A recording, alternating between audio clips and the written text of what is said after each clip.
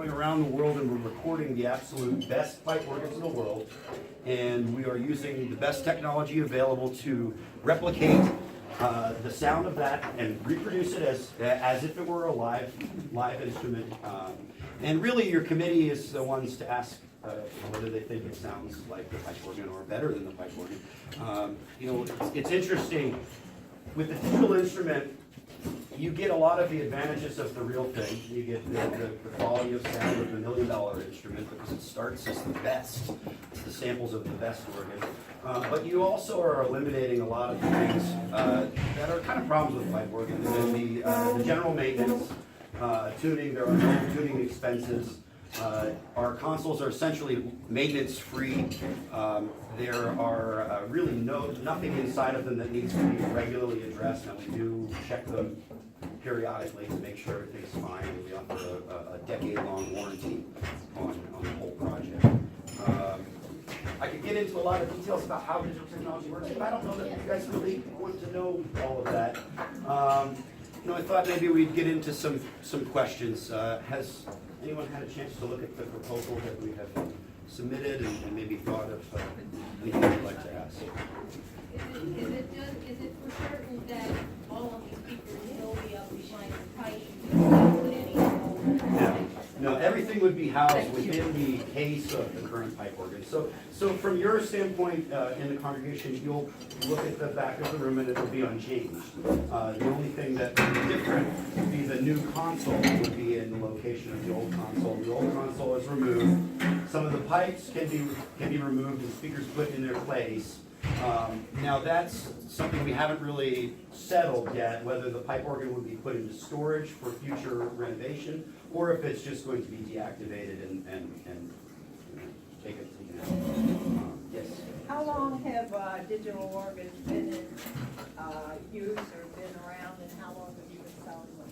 Well, digital organs started in the 1970s, and the technology, digital technology in general, believe it or not, got its start with the organ. So before cell phones or CDs or anything, there was some of you may remember this, there was a little thing that we did in this country called the Apollo mission. We went to the moon. And the Apollo mission was a really great project for America, but when it ended, the companies that were involved in that, they needed a new source of revenue. Their checks stopped coming from the government, so they needed something else. So they developed digital technology as the guidance computer to get to the moon. And in 1972, a company called North American Rockwell Corporation out in California said that, we can sort of make something that sort of sounds like an organ, and they shopped it around to all the different organ companies. And a lot of them said that they didn't see a future in digital technology. They thought that there was no real need for this thing, except Baldwin Organ Company, which took a look at the demonstration, and they weren't quite satisfied with the result of what that company developed, but they said, no, there's something to this. And they signed on the dotted line and developed the Allen Digital Computer Organ in 1972. And it's on display at the Smithsonian Institute as one of the most important inventions of our modern era. It is the world's first digital consumer product. So the digital revolution that we're all experiencing today with the internet, that got its start in Macungie, Pennsylvania, with Allen Organ Company.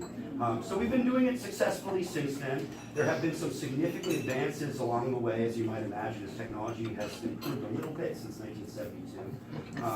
We're able to do things now that I don't think we ever would have really dreamed of. The organ can be reprogrammed as a new music person comes in. Digital samples can be changed. You can actually, on the organs that we're discussing, there are multiple sets of sounds. So you're able to go from an organ that is a German-based sound to an English-based sound to a French sound to an American sound, or one that mixes and matches all of them together. You're also able to incorporate some more modern types of tones, things like an orchestra, piano, some stuff that really works well in classical music and contemporary, if I've been doing this Since about the year 2000, when I graduated from Shippensburg University, I got right into the organ business.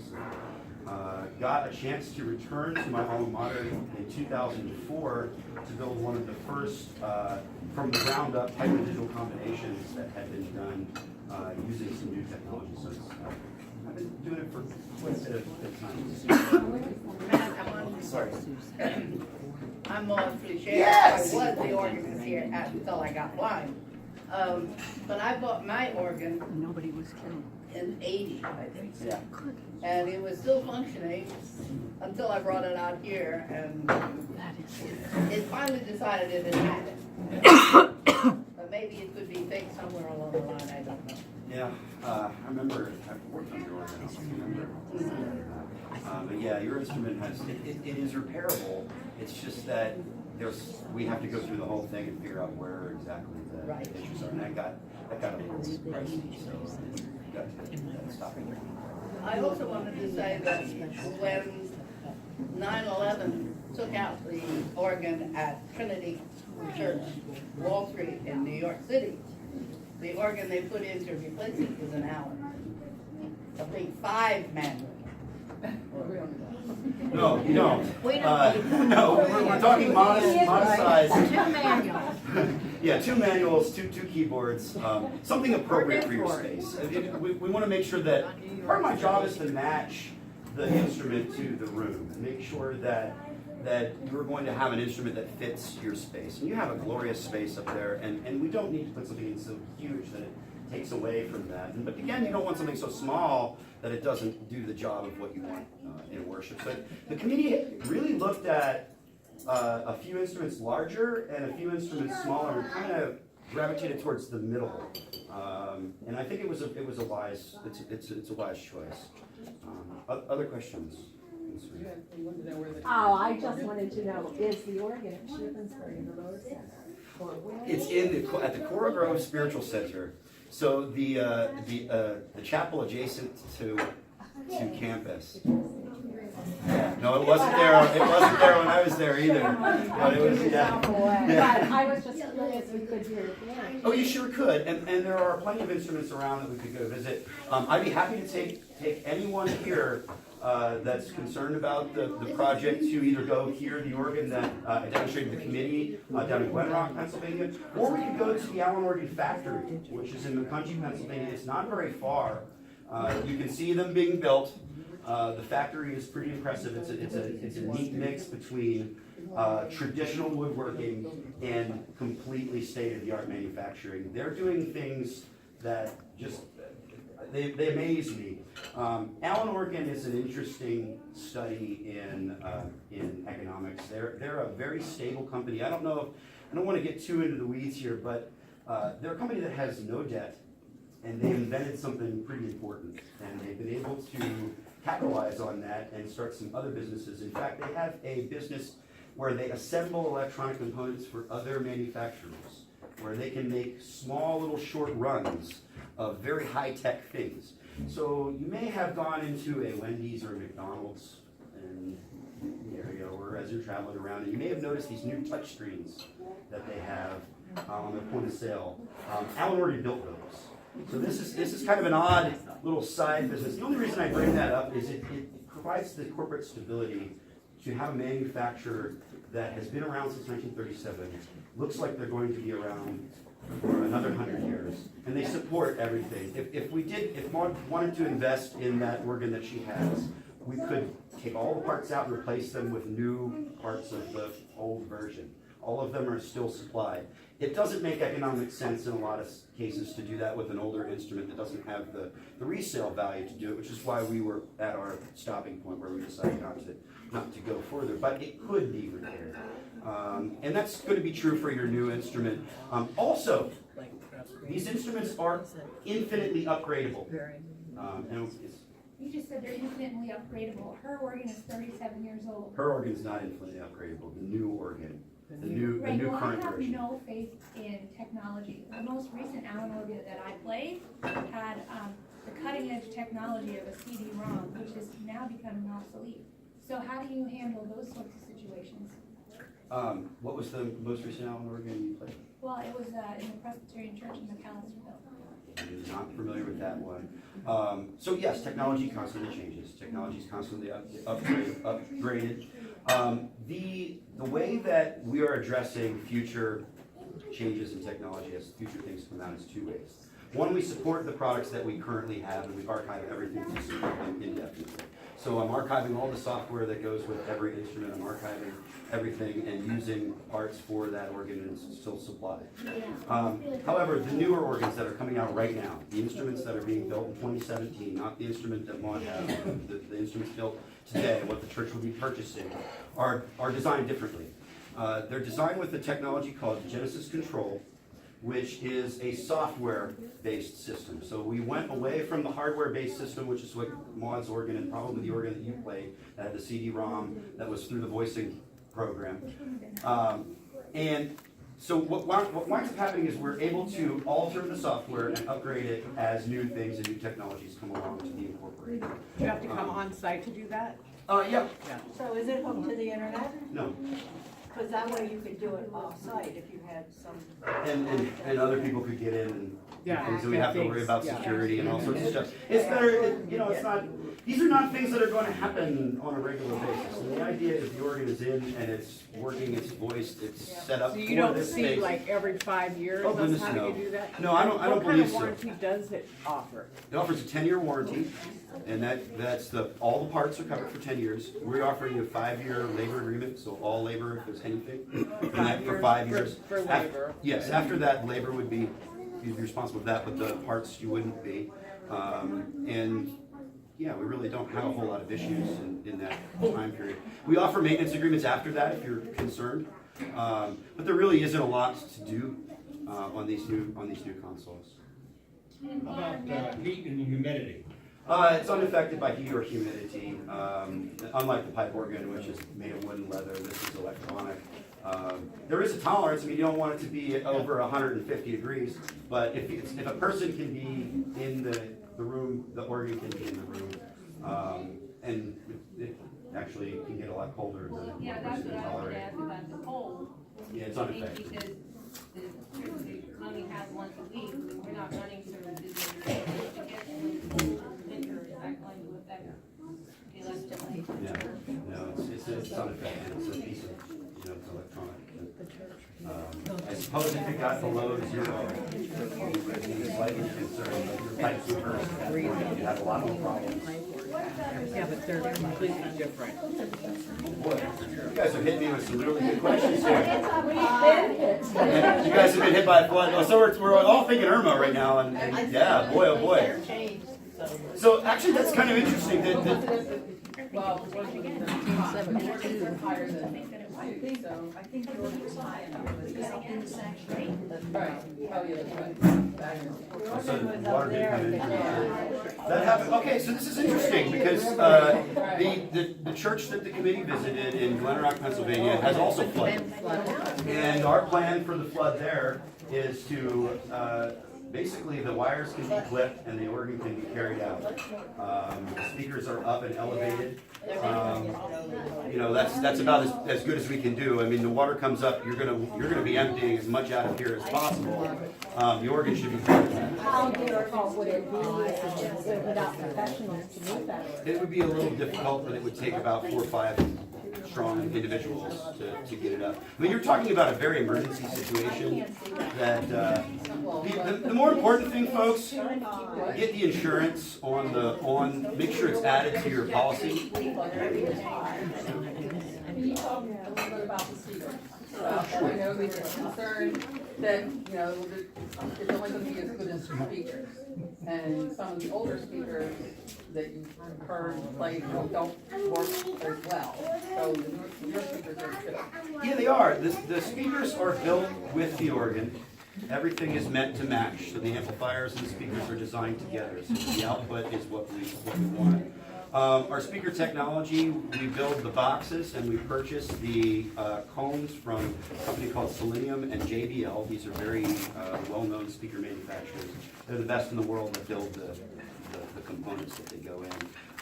They're broad range speakers, so they're meant to cover the whole sound spectrum. So they're meant to handle really low end frequencies and really high pitched sounds. So on a pipe organ, you can have, really low bass pedal notes that go down into lengths of pipes into the 32 feet long category, and then the smallest pipe can be 3 inches. So you have this tremendous variety on an individual sound. And the speakers are set up to handle that whole broad coverage. Now the committee also has requested information, and we've incorporated into the design a subwoofer, which is just for the low end, the bottom and it's really the rumble, the bottom 6 notes of the console. It makes it feel much more present. It gets you. Yeah, it's that funk. And we went around and we've heard a couple different instruments, some with subwoofer and some without. And the committee really gravitated to, I hear it, I feel it. That's the difference. So you have to really ask your folks about whether they felt it or not. But we can take you to go hear one. Hearing is believing in some places. That's the best way to put it. We can also bring an instrument in for you guys to try if that would make it. What is the life expectancy of this work? That's a great question. It's all theoretical estimate. Right. We are supplying parts for forever, but as in Maud's situation, it doesn't always make sense to do the repair. However, we're estimating about a 60-year span here. And that's based on instruments that we've been able to keep going, and also on some of the changes that have occurred. So there have been some big changes that have come along in the last few years, mainly the elimination of physical connections. This is kind of a funny thing to talk about, but the actual key on a pipe organ or any other organ console, when you touch the key, a piece of metal slaps into another piece of metal and completes a circuit and plays the note, whether it's a pipe organ or an electronic instrument. We've eliminated that bare metal whapping into each other. We've got a sealed system now that is sealed from the environment.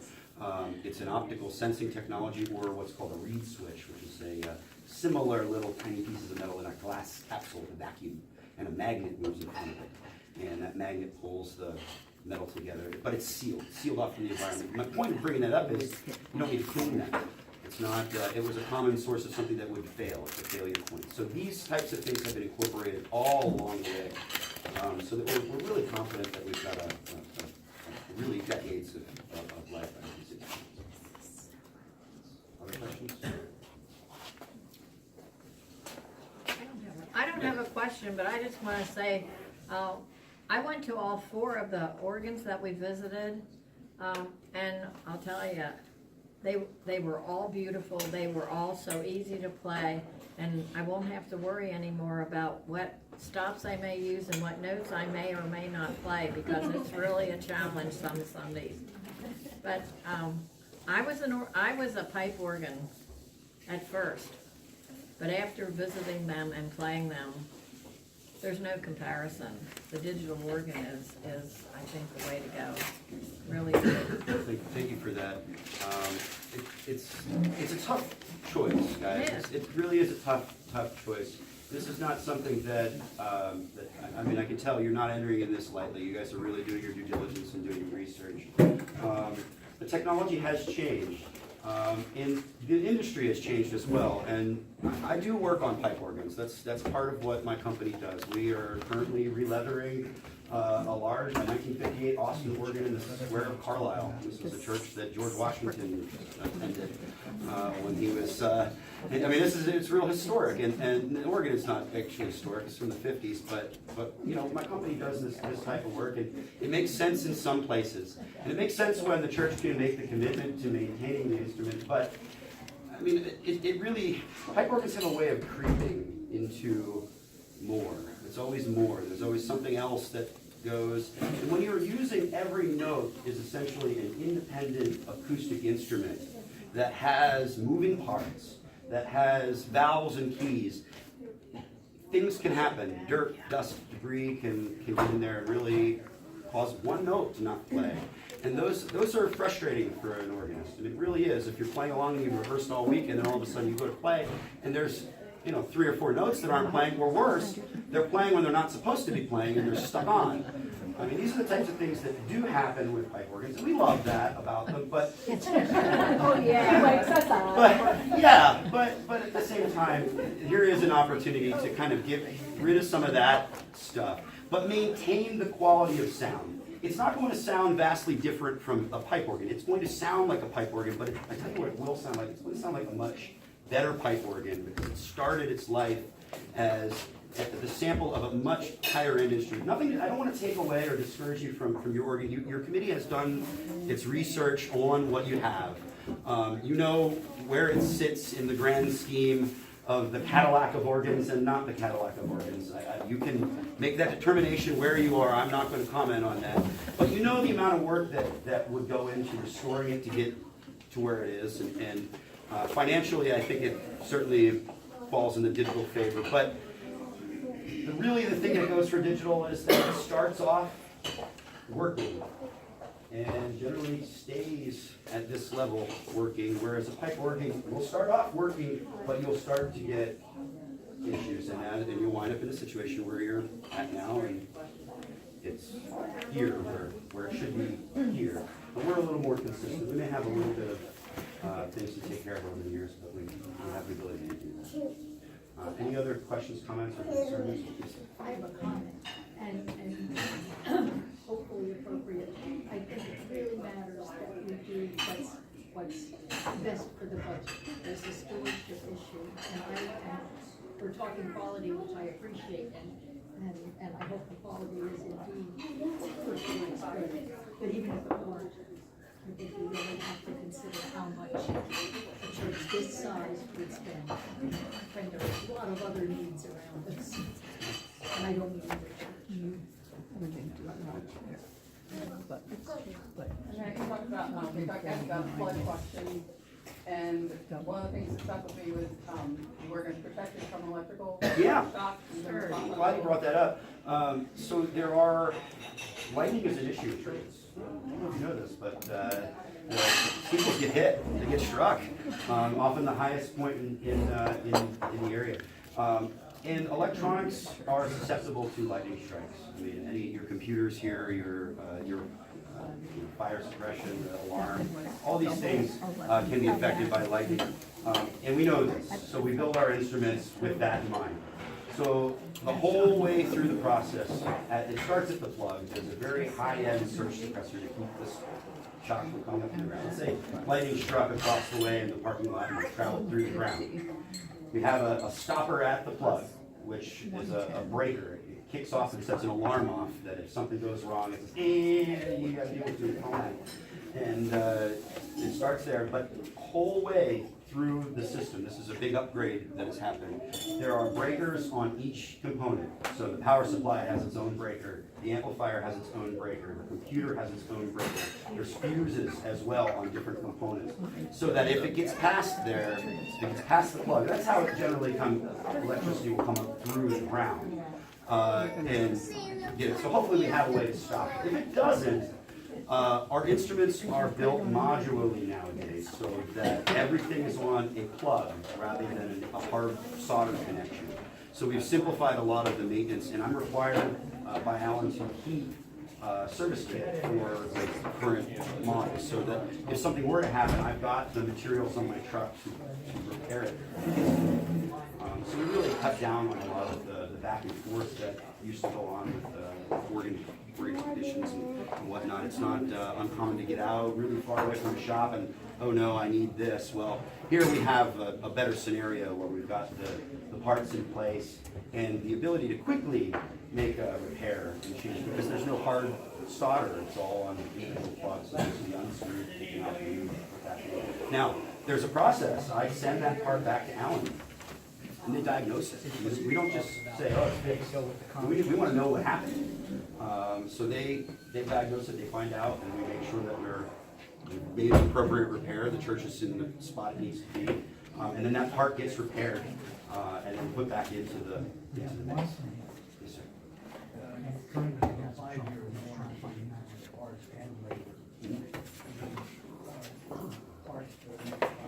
Yes, sir.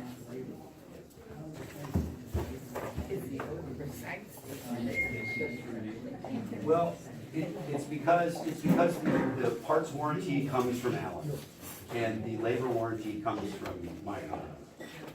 So the labor is guaranteed by Susquehanna Organs, and we just include a 5-year agreement.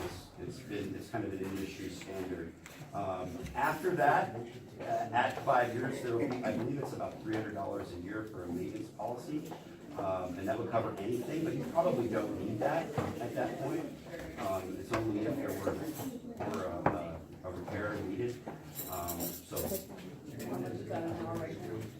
our hourly rate is $150 an hour. So the $300 for 5 years would be much better Oh, yeah. than 2 hours of your coming. Oh, yeah. Even with. Yeah, it makes a lot of sense. I mean, that's one of the reasons that churches choose that. But it's not something that we just automatically assume you're gonna want and incorporate into the cost of anything. There's been a lot of discussion here about budget. Your committee is doing their due diligence. They really are looking at a lot of different things. In fact, we've re-examined the proposal and found a few places to kind of get it a little bit more managed. So these are things that we could include, but they would have an impact on the overall cost. And we certainly have been thinking budget with this. Now I don't want you to think that we're thinking cheap. I mean, we're not. We're thinking long-term. But we're thinking quality long-term, and we're thinking smart long-term, rather than, just repairing the same situation. We're trying to set you up for the future, trying to set you up in a situation where you've got the tools you need for your industry to grow and not take so many resources from other places that you might choose. Any other thoughts, questions, concerns? I know you all want to listen to a guy talk about digital organs for another hour. Well, thanks for having me, folks. We'll leave it here. If anyone wants to learn more, I'll leave a couple of business cards here. You guys can call me. We can talk.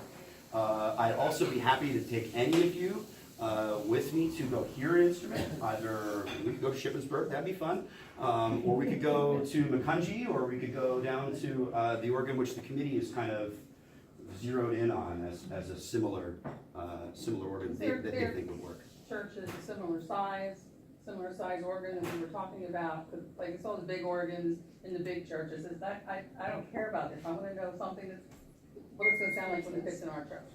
And their church was a little bit bigger, but very similar.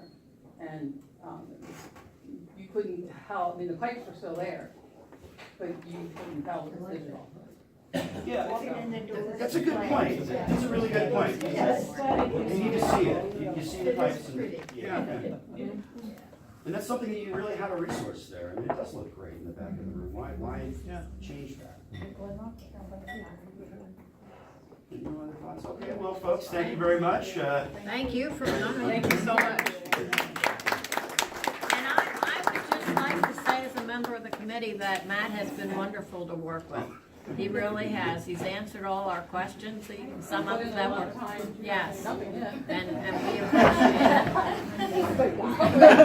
Oh, kiss of death as you walk out the door, right? Yeah, thanks for your time. Just kidding. Excuse me. Just for fun, you wanted to come see the factory sometime? Would be just And Gail and I started this, and then I left it. I said, Gail and I counted all the elections today, but then there's all this stuff upstairs. That can wait till next week if it's already done. Oh, sure.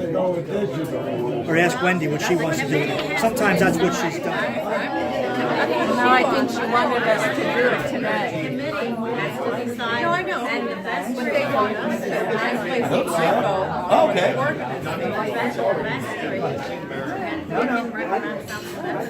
That's easier often enough. I'm just saying, they also asked for us. Survey went out that whatever they think they give us a survey, it wasn't. That wasn't my question. Standard, and we're adding to some of it. Stop. No, it's got another. I know that, that was the point.